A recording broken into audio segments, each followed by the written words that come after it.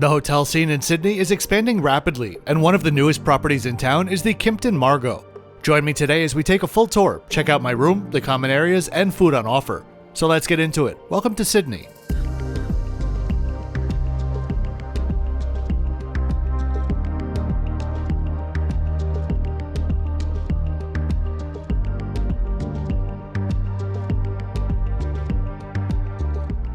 If you'd like to know the exact rate that I paid for my stay, or my next 5 videos in queue, please check out the description below. And if you're new here, hi there and welcome. My name is Kevin. You found yourself on a channel that takes unbiased travel content pretty seriously. I make airline trip reports, high-end hotel reviews, and cruise ship tours as well. I always film without the company's knowledge to be sure I get a true experience. That way I can give you nothing more than my personal, honest, unbiased opinion.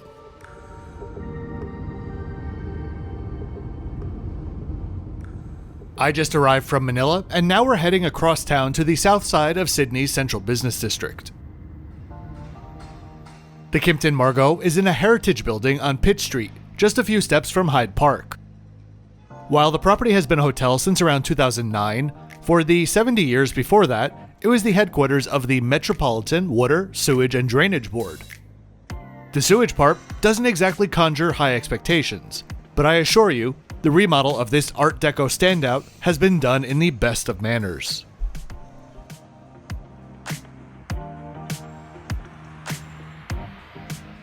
Modern touches have been integrated with many of the original details, and there are snippets of history on display throughout the building.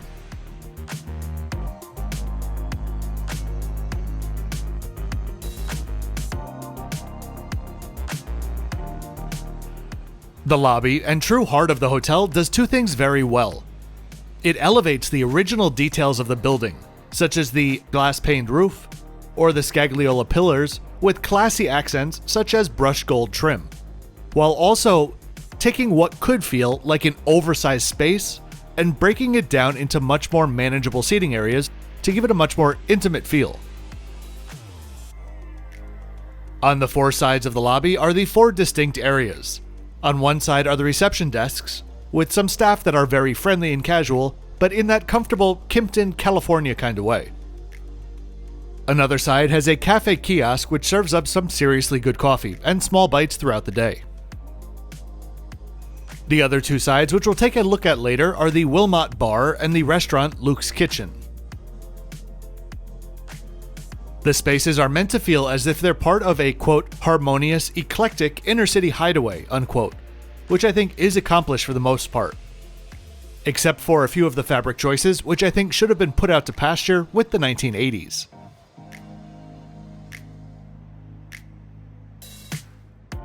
There's also another entrance to the hotel off of Bathurst Street, where you'll also find a fleet of bicycles available for use.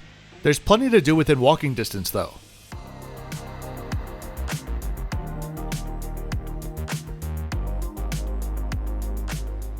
Sydney, in the state of New South Wales, in the southeast of the country, spans an area that I think makes it one of the most naturally beautiful urban landscapes on Earth. The Opera House in the center lower part of the screen with the Harbour Bridge just off to the right. The core of the city is just behind, with the Kimpton on the south side. Whether you've got dinner plans in Surrey Hills or on the harbourfront, both are within a comfortable 20-minute walk. 20 minutes is also how long the drive to the airport is, and the closest tram stop is just 5 minutes away. Alright, let's head up to my room. If you support honest travel content, please be sure to give this video a like and subscribe, the 2 easiest ways that you can help the channel continue to grow to put out this now 3 times weekly content.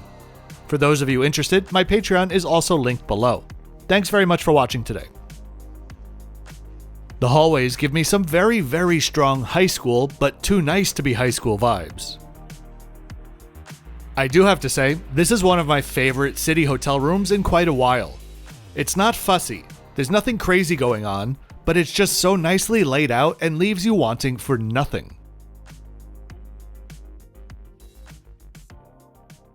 Well-labeled light switches, plenty of power points, and other mod cons are dotted throughout the room. And the quality of materials is very much acceptable. Acceptable might not sound like that sexy of a word, but with the number of new premium hotels that I've seen recently that just use the cheapest materials possible, including the Kimpton in Samoy, it's just nice to see that negative trend has not infiltrated everything yet. Art is a huge part of the hotel, with over 600 pieces on display throughout the property.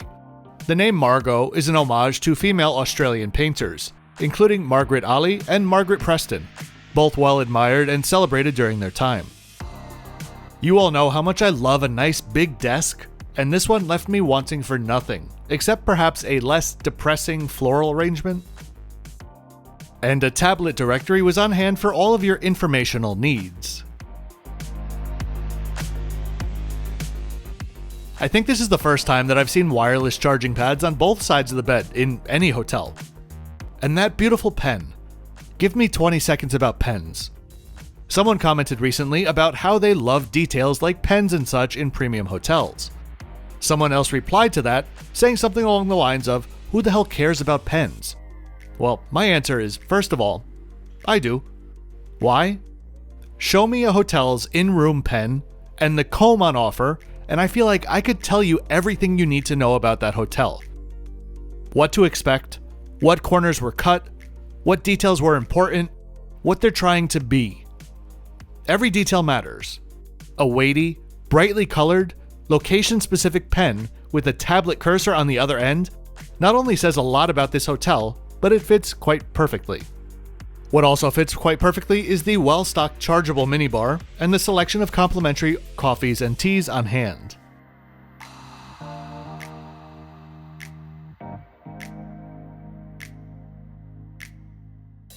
Only empty drawers down here though.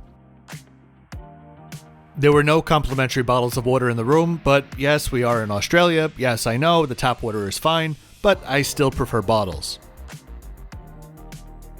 The room has loads of closet space with 3 separate compartments, including the expected Kimpton yoga mat and stylish robes, along with plenty of drawers and such.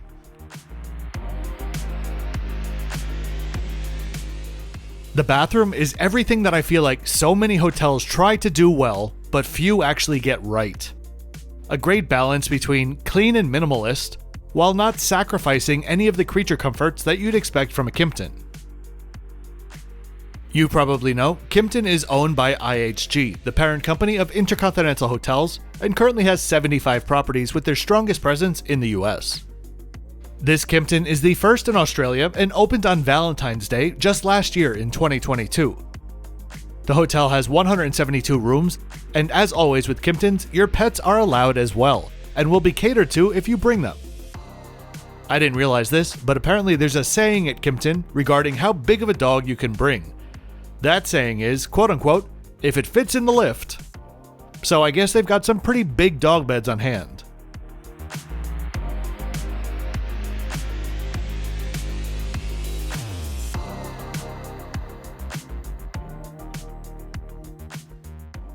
And the bathrooms also feature Mr. Smith toiletries.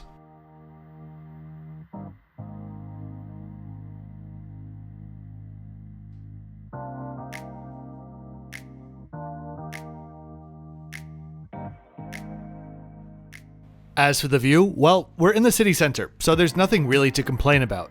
I also appreciate that they were upfront about this too.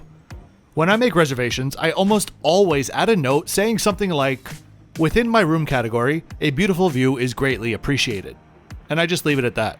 In this case, they replied explaining that they're city center, so there's no expansive views, but they would do their best, which I appreciate. So, who is staying here? I'll be honest. First time since I started doing this graphic in Cape Town, I really can't pinpoint it. There were plenty of tourists, plenty of business people, maybe that's what I wasn't really expecting, surely some IHG loyalists, and ages ranging from late 20s till as high as you can count, frankly. It is a Kimpton though, so certainly there's a social hour, as all Kimptons have, from 5 to 6 p.m., where they feature complimentary local wines. The staff who was hosting it, though, was giving very strong, "I would literally rather be anywhere else on Earth right now" energy. So I just kept my distance. Despite the hotel being pretty busy, there was just one couple here for the social hour. So I'd say they could probably communicate it a bit better. Up to level 7 for a bit of disappointment.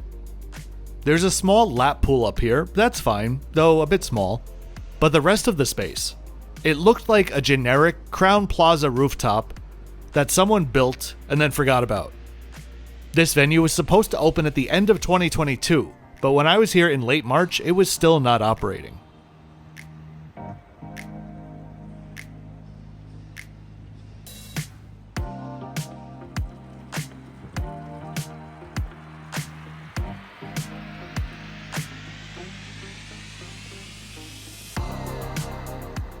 And here we have the 1930s inspired Wilmot Bar, and next to it is Luke's kitchen.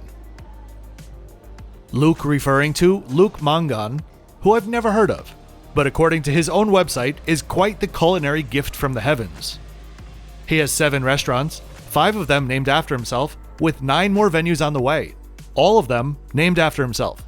Kinda makes Gordon Ramsay look like quite the humble fellow.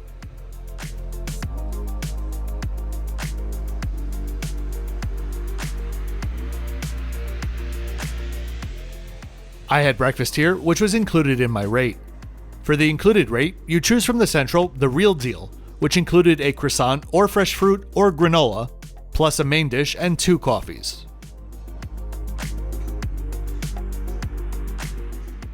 I had the granola and the perfectly cooked herbed eggs. Definitely didn't stinge on the herbs.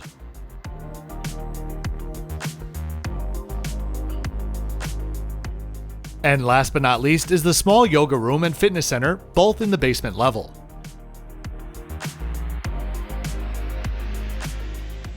The Kimpton Margot is a very specific flavor of city hotel that I love. One that puts comfort, design, and functionality all on equally high pedestals, and does so without the slightest whiff of pretension. After my less than stellar visit to the Kimpton in Samoy, I'm glad that I didn't end up cancelling this property as I almost did. The Kimpton Margot is a great new addition to the Sydney hotel scene, and a good place for Kimpton to start in this region. I really do hope that you enjoyed this video today. If you did, please give it a big thumbs up and subscribe with notifications on so you don't miss any of my current 3 times weekly videos. I'll see you next time on my mildly disastrous Philippine Airlines flight which brought me down to Sydney. Oh, and thanks for watching until the end.